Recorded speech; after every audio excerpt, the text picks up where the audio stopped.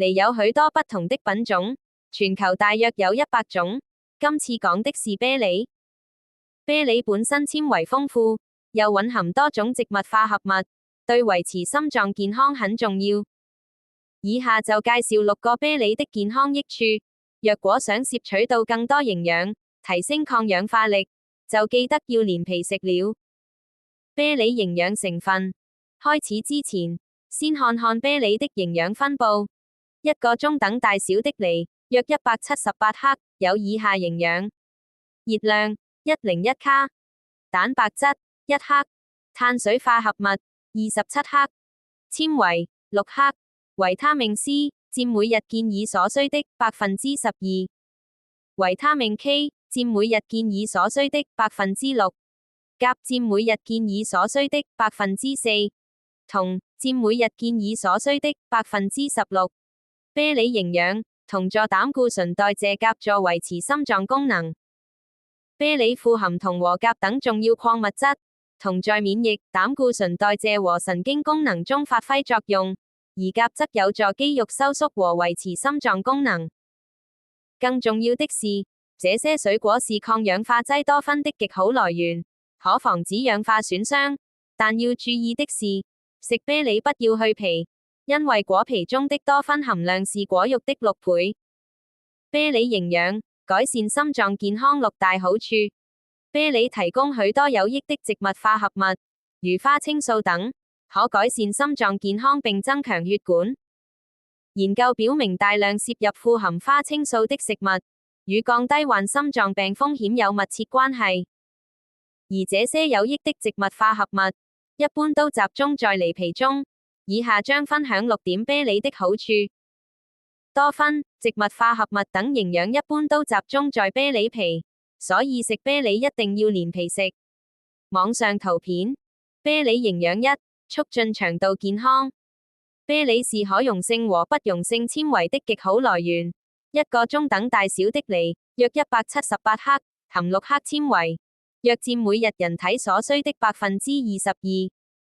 而可溶性纖維能為腸道中的健康細菌提供食物，被認為是可提升免疫力的益生元。一項為期4週的研究中，80名便秘的成年人每天攝入24克果膠水果中的纖維後，便秘得以緩解，而健康腸道細菌水平亦隨之增加。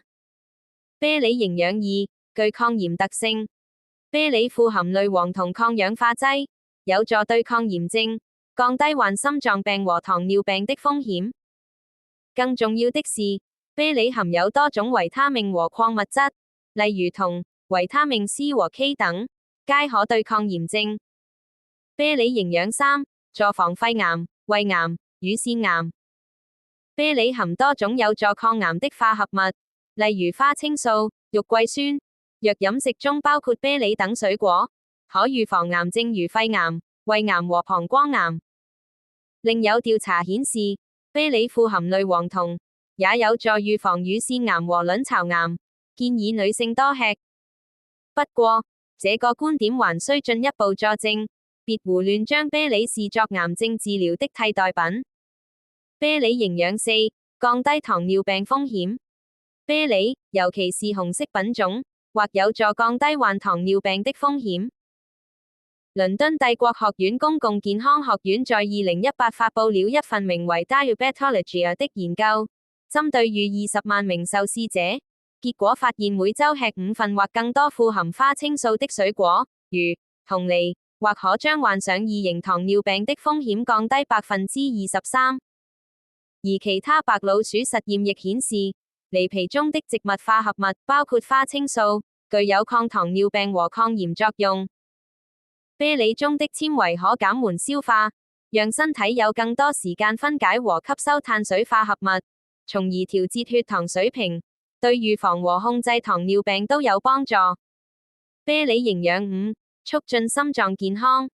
啤梨的抗氧化劑原花青素可降低心臟組織硬度及壞膽固醇，並增加好膽固醇。啤梨皮含有一種重要的抗氧化劑槲皮素，被指可通過減少炎症、降低高血壓和膽固醇水平等心臟病風險因素，維持心臟健康。一項針對代謝綜合症成年人的小型研究發現，每日食2個中等大小的梨，持續12週後，高血壓得以改善，腰圍亦變小。啤梨營養，常吃白肉水果降中風風險。另一項2015年發布於 European Journal of Epidemiology， 探討吃水果與心血管疾病關係之研究為期17年，找來3萬多名女受試者，結果指出每日吃80克水果可降低6到7%心臟病風險。此外，經常攝入啤梨和其他白肉水果，皆被指能降低中風風險。荷蘭一項針對2萬多人，為期10年的研究明確指出，每日吃25克白肉水果，中風風險將降低9%。啤梨營養6，減肥瘦腰。啤梨熱量低，水分高，且富含纖維。